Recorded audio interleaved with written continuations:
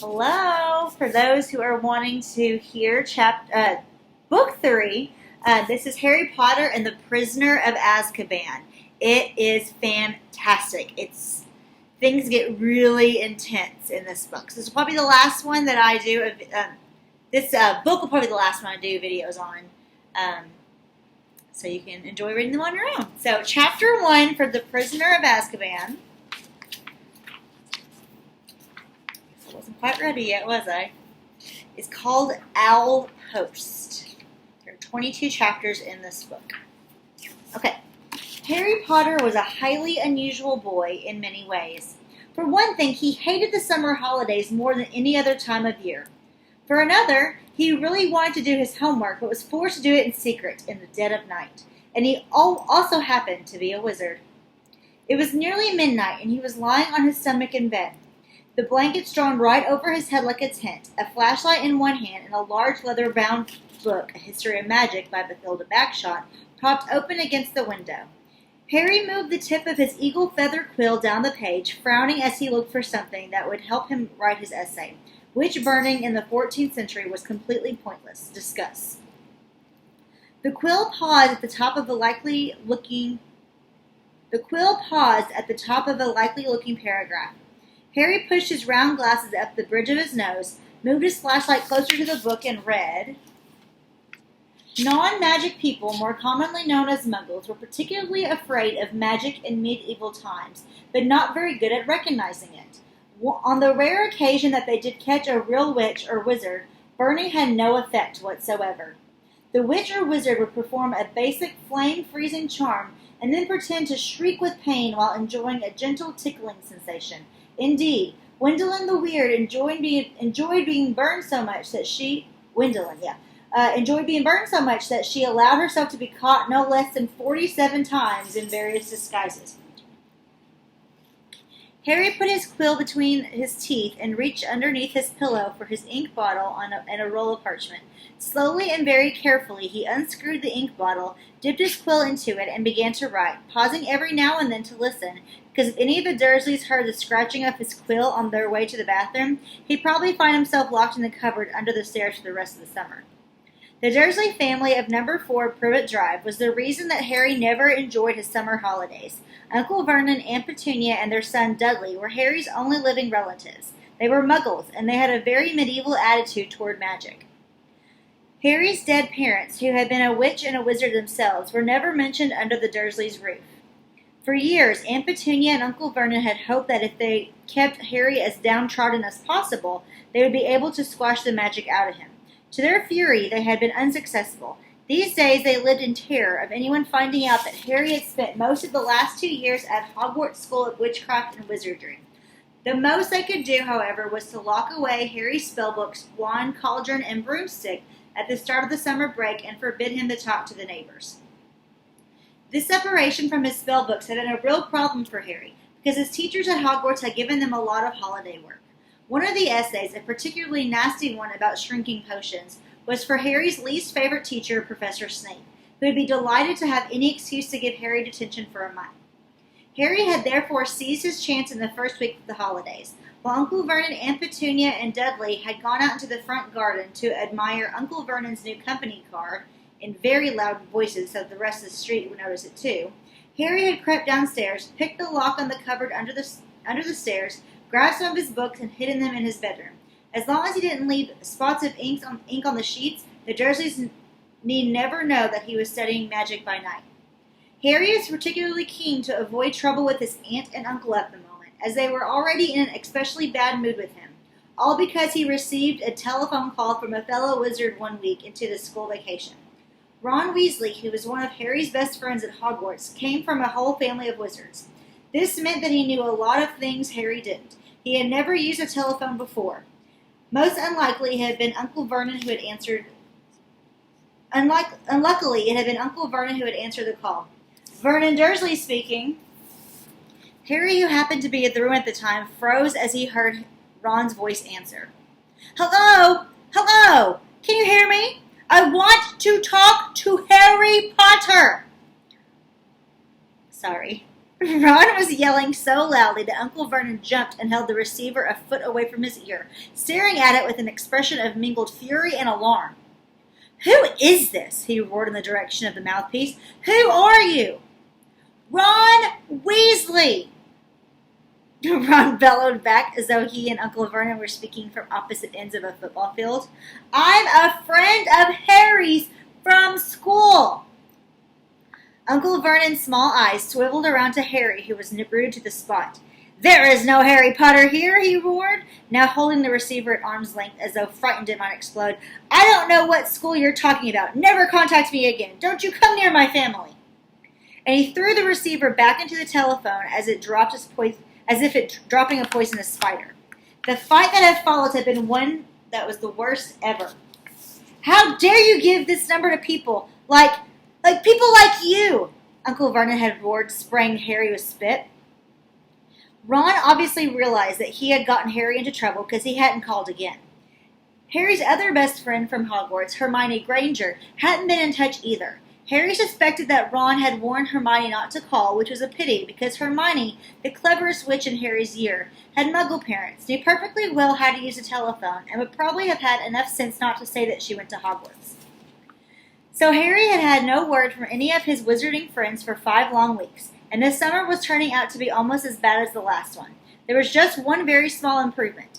After swearing that he wouldn't use her to send letters to any of his friends, Harry had been allowed to let his owl Hedwig out at night. Uncle Vernon had given in because of the racket Hedwig made if she was locked in her cage all the time. Harry finished writing about Wendelin the Weird and paused to listen again. The silence in the dark house was broken only by the distant grunting snores of his enormous cousin Dudley. It must be very late, Harry thought. His eyes were itching with tiredness. Perhaps he'd finish this essay tomorrow night. He replaced the top of the ink bottle, pulled an old pillowcase from under his bed, put the flashlight, a history of magic, his essay, quill, and ink inside it, got out of bed, and hid the lot under a loose floorboard under his bed. Then he stood up, stretched, and checked the time on the luminous alarm clock on his bedside table. It was 1 o'clock in the morning. Harry's stomach gave a funny jolt. He had been 13 years old without realizing it for a whole hour.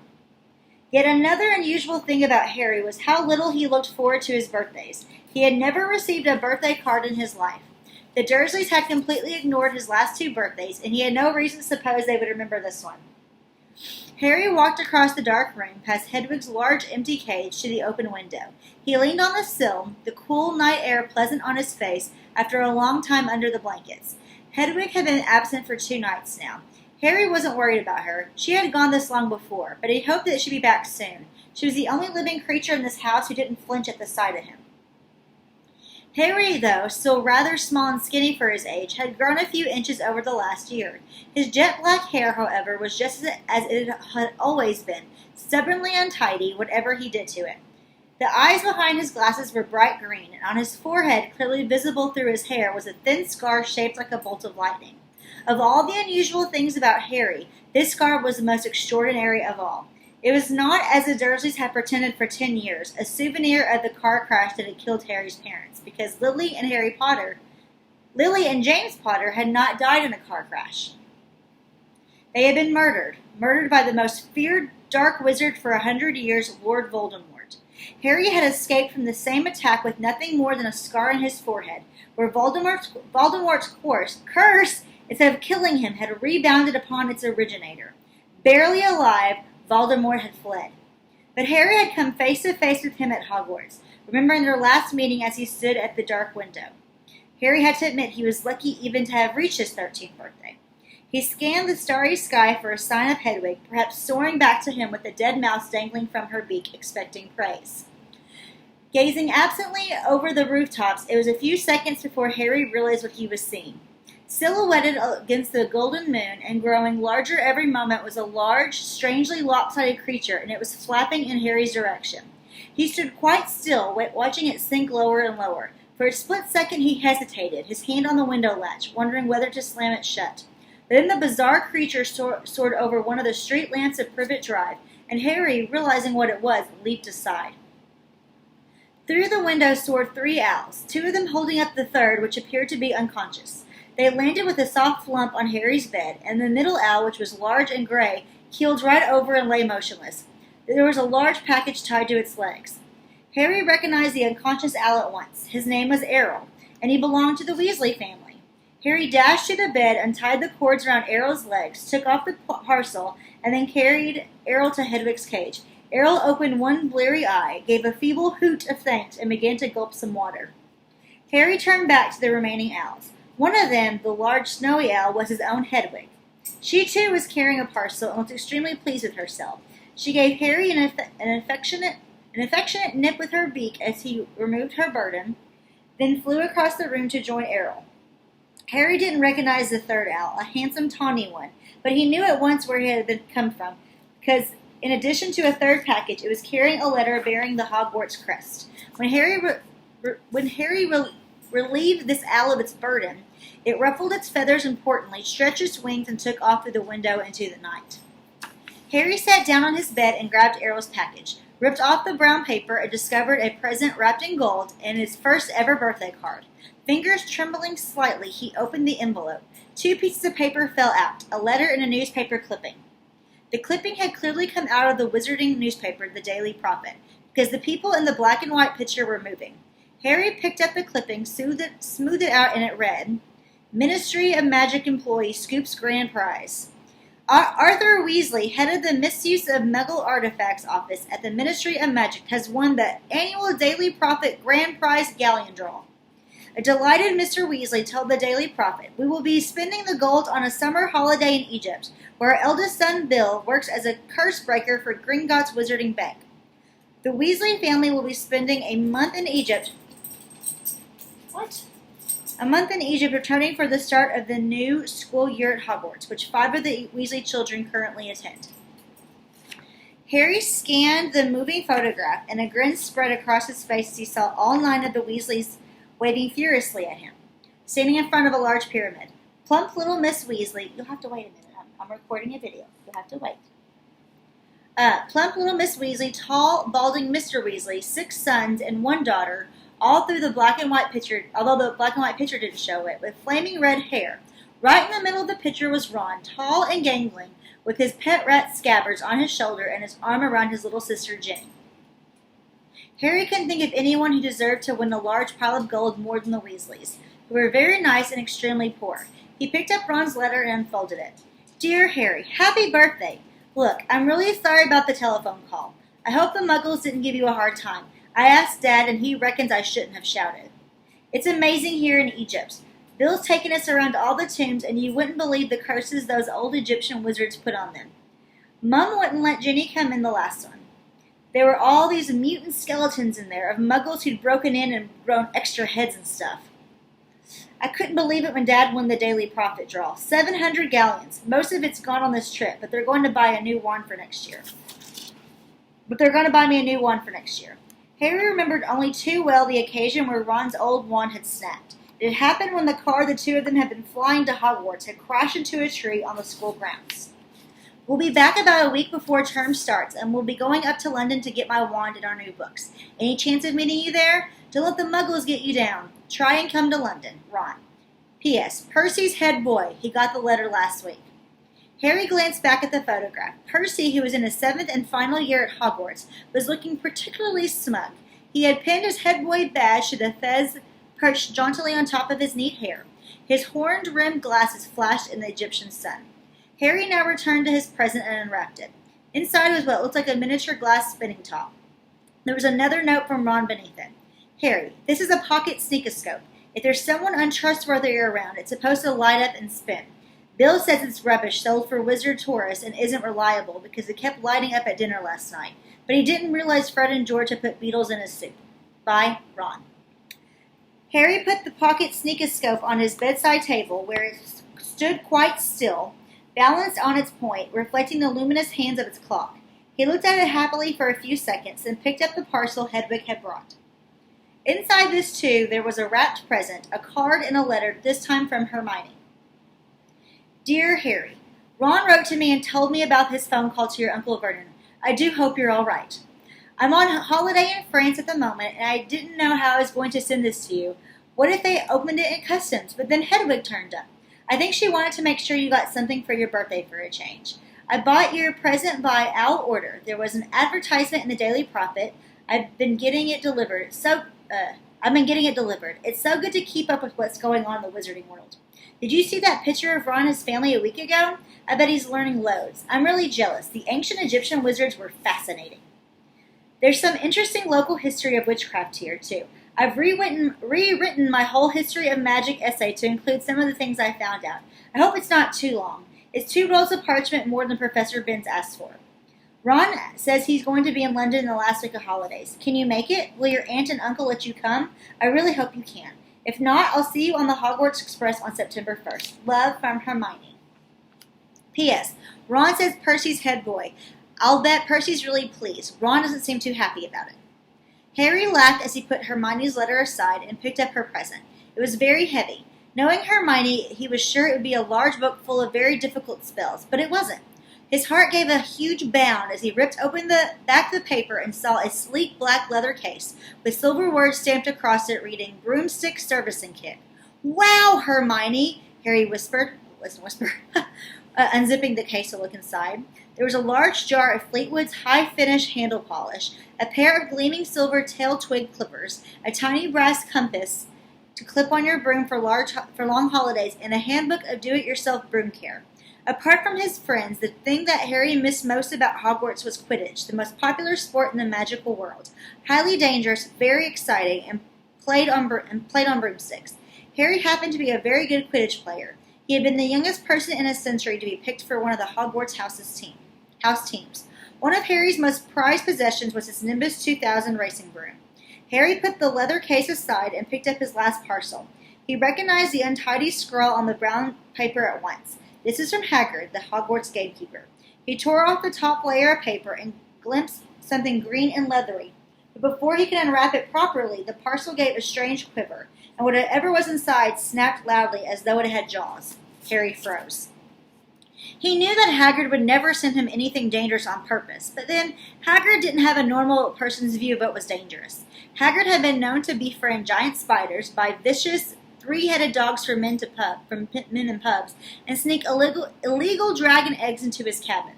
Harry poked the parcel nervously. It snapped loudly again.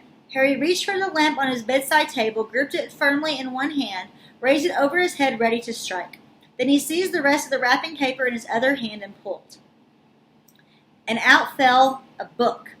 Harry had just had time to register its handsome green cover, emblazoned with the golden title, The Monster Book of Monsters, before it flipped onto its edge and scuttled sideways along the bed like some weird crab. Uh-oh, Harry muttered. The book toppled off the bed with a loud clunk and shuffled rapidly across the room. Harry followed it stealthily. The book was hiding in the dark space under his bed.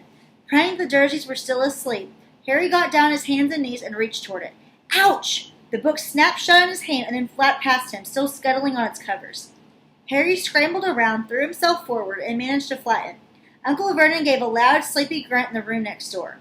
Hedwig and Errol watched interestedly as Harry clamped the struggling book tightly in his arms, hurried to this chest of drawers, and pulled out a belt which was buckled tightly around it. The monster book shuddered angrily but could not flap and snap, so Harry threw it down on the bed and reached for Hagrid's card. Dear Harry, happy birthday! Think you might find this useful for next year. Won't say no more here. Tell you when I see you. Hope the Muggles are treating you right. All the best, Hagrid. It struck Harry as ominous that Hagrid thought a biting book would come in useful, but he put Hagrid's card up next to Ron and Hermione's, grinning more broadly than ever. Now there was only the letter from Hogwarts left. Noticing that it was rather thicker than usual, Harry slit open the envelope, pulled out the first page of parchment with him, and read, Dear Mr. Potter, please note the new school year will begin on September the 1st. The Hogwarts Express will leave for King's Cross Station, platform 9 3/4 at 11 o'clock.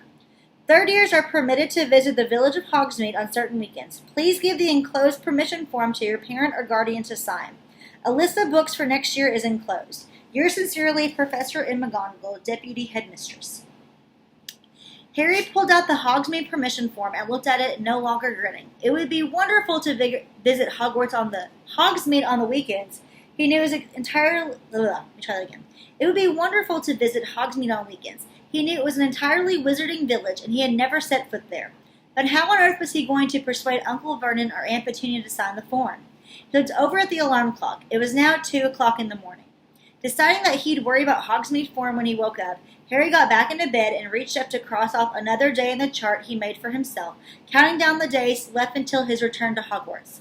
Then he took off his glasses and lay down, eyes open, facing his 3 birthday cards. Extremely unusual though he was, at that moment Harry Potter felt just like everyone else, glad for the first time in his life that it was his birthday.